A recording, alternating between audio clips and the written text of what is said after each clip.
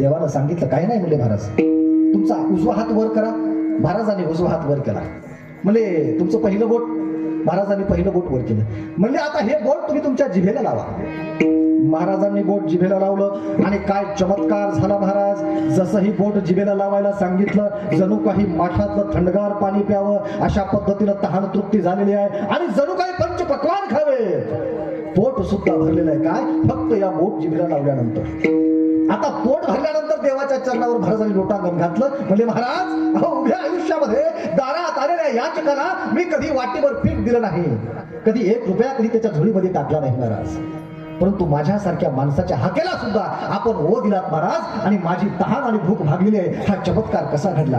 आणि त्यावेळेस पांडुरंग परमात्म्यानं सांगितलं म्हणजे तुम्ही किती वाईट आहात आम्हाला याच्याशी देणं घेणं नाही, पण तुम्ही आयुष्यामध्ये एक काम चांगलं केलेलं आहे. तुम्ही जरी दान दिलं नाही, तुम्ही जरी दान कुणाला दिलं नाही, कुणाच्या झोळीमध्ये पैसा टाकला नाही, अन्नधान्य टाकलं नाही, पण तुम्ही एक काम खूप चांगलं केलं. तुमच्या या बोटानं तुम्ही गावातली जी दानशूर माणसं आहेत ना त्यांचं घर दाखवण्याचं काम केलं आणि तो जो परोपकार आहे तो परोपकाराचं पुण्य तुमच्या या बोटामध्ये मिळालं. म्हणून परोपकार इतका महत्वाचा आहे की जी माणसं परोपकार करतात त्यांचं नुसतं घर जरी आपण बोटानं दाखवलं तरी आम्हाला पुण्य प्राप्त होतं. हा सांगणारा संप्रदाय वारकरी संप्रदाय आहे. विठाला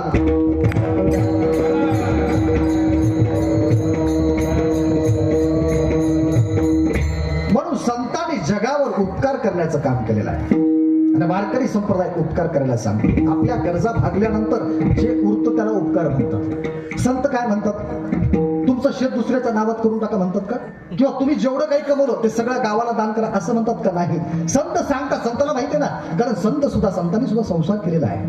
त्यांना माणसांची वृत्ती माहित आहे. संत काय म्हणतात, तुमची देण्याची वृत्ती नाही ना काही हरकत नाही, पण जर देण्याची वेळ तर काय द्या. नका घालू दूध जयामध्ये सार, ताकाचे उपकार तरी करा. तुकोबराय सांगतात अरे तुम्ही दूध देऊ नका. समाजाला जर द्यायचं असेल ना, आता दुधामध्ये काय सार आहे म्हणजे तूप आहे, बरोबर आहे. दुधामध्ये काय असतं, तूप दुधापासून बनतं की नाही. तुकोबराय म्हणतात माझ्या माय मावल्यानो, माझ्या माय बापानो, तुम्हाला जर उपकार करायचा असेल, दान करायचं असेल, दूध देऊ नका. पण दुधातलं तूप लोणी सगळं काढून घेतल्यानंतर ताक खाली उरतं ना, जे आम्ही म्हशीला वगैरे पाजतो, ताक उरतं ना खाली, किमान ते ताक तरी लोकांना देण्याची दानत तुमच्या मनामध्ये निर्माण करा. तुम्हाला पुण्य लागल्याशिवाय राहणार नाही हे आम्हाला आमच्या तुकोबराय सांगतात. विठाला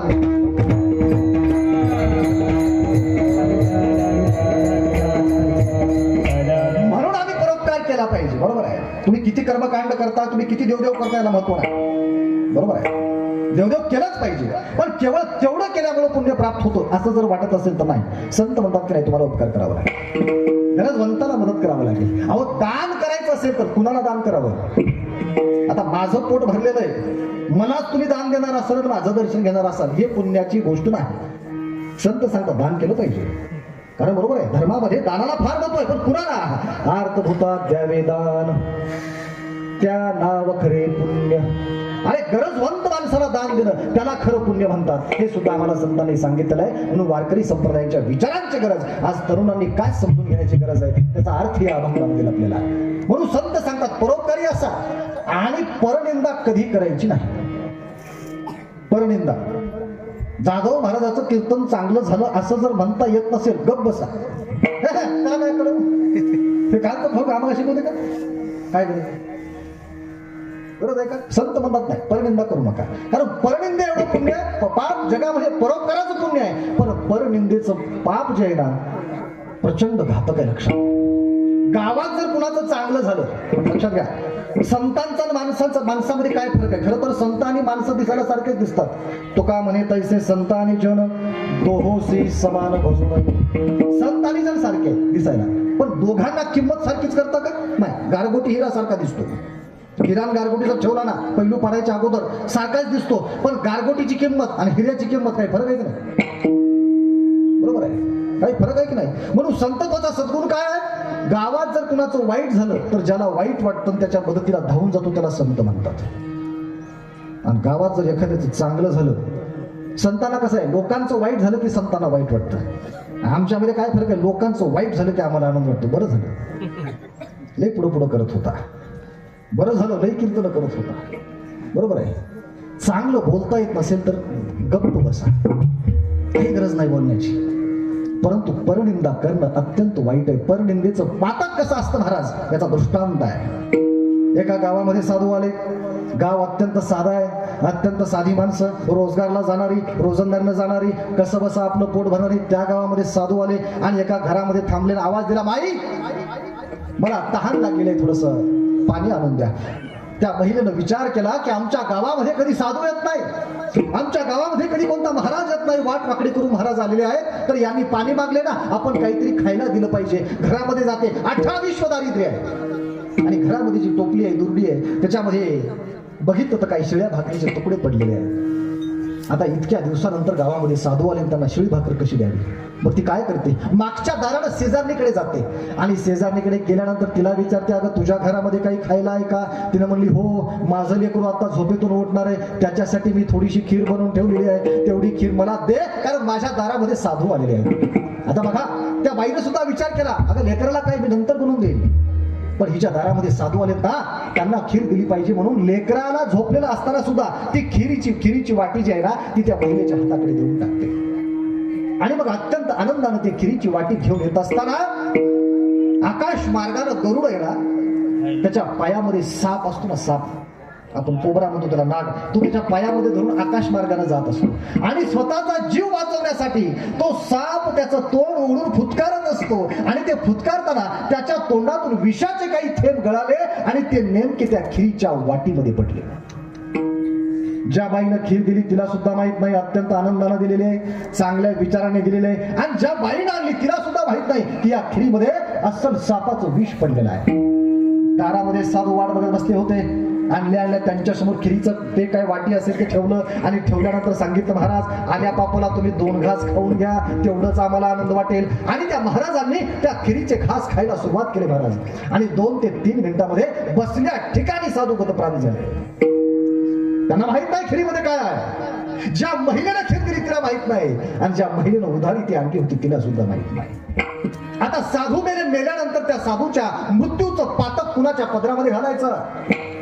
साधू मेलेले आहेत ना, ते खरं तर या वेळेमध्ये मारणार नव्हते, त्यांचं आयुष्य अजून जगायचं होतं त्यांना, पण अचानक मेले, याचं पाप लागलं, पण कुणाला लागलं पाहिजे.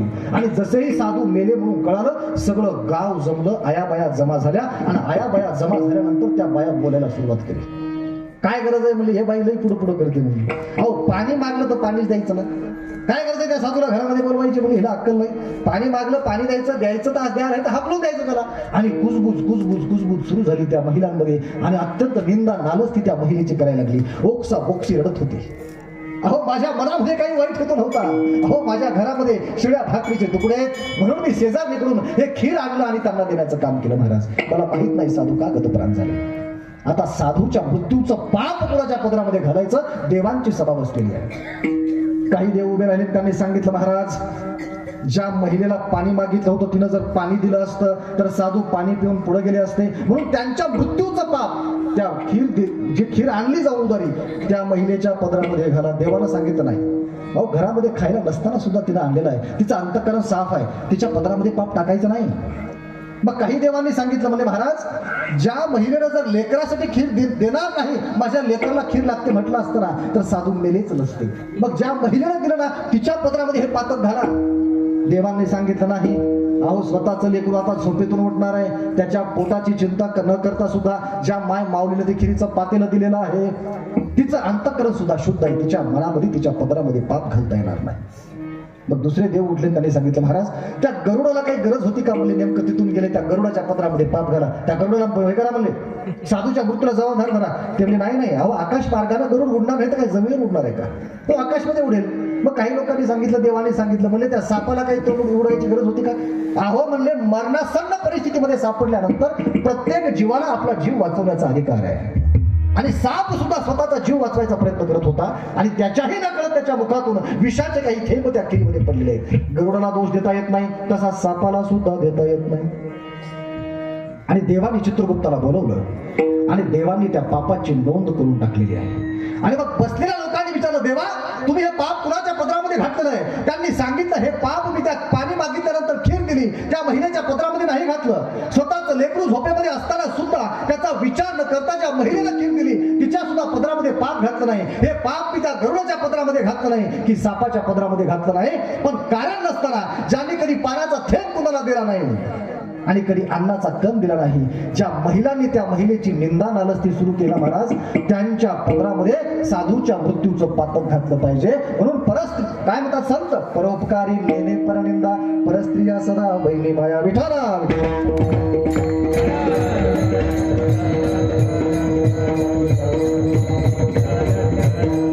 आणि म्हणून संत सांगतात परोपकारी असा, परनिंदा कधी करायची नाही. कारण परनिंदा केली ना महाराज, घरी बसल्या पाप चालत येतं, लक्षात घ्या. आणि संसारामध्ये राहणाऱ्या विशेषतः पुरुषांसाठी परस्त्रिया सदा बहिणी माया, माता बहिणीसारखं राहिलं पाहिजे. दृष्टांत तसं तर बोलायला खूप आहे, अभंग मोठा आहे, आपल्याला अभंगाच्या पुढच्या चरणांकडे जायचंय. छोटासा जगद्गुरु तुकोबारायांच्या जीवनातला एक दृष्टांत आहे, त्याच्यानंतर आपण पुढच्या चरणाकडे जाणार. तुकोबारा यांची बदनामी, तुकोबारायांचा नाव लौकिक काही लोकांना सहन होत नव्हता.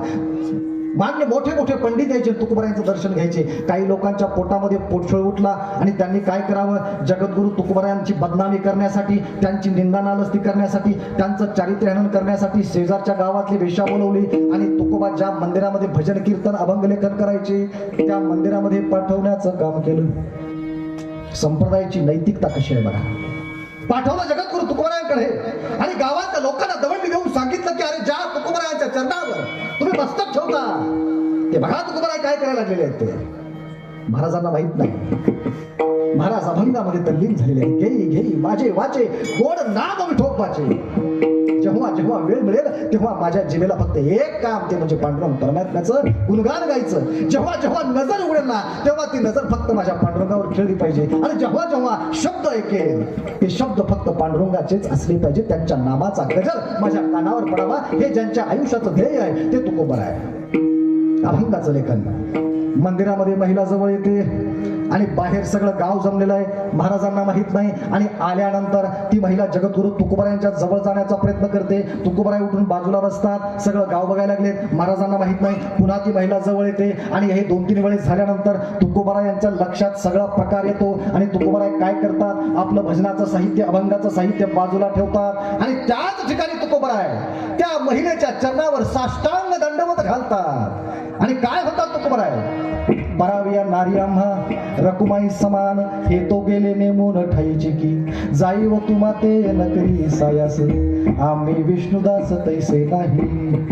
हे माते तू आम्हाला रुक्मिणीदास सारखे आहेस का? वारकरी संप्रदायाचा दंडक आहे. धर्मपत्नी सोडली तर प्रत्येक स्त्रियांमध्ये आम्हाला आमची रुक्मिणी माता दिसते.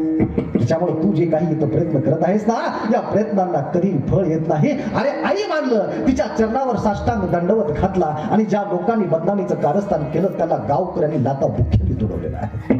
म्हणून तुकोबाराय महाराज काय सांगतात, परोपकारी नेणे परनिंदा, परस्त्रिया सदा बहिणी माया. गृहस्थाश्रमामध्ये पडले असाल तर आपल्यासाठी आपली जर पत्नी सोडली तर जगातल्या सर्व स्त्रियांमध्ये आम्हाला आमची आई दिसली पाहिजे. आमच्यापेक्षा वयानं लहान असणारी मुलगी असेल तिच्यामध्ये आम्हाला आमची बहीण दिसली पाहिजे आणि लहान लेकरांमध्ये आम्हाला आमची लेक दिसली पाहिजे. असं ज्यांना वाटतं हे खरे संतांच्या विचारांचे अनुयायी आहेत. विठाला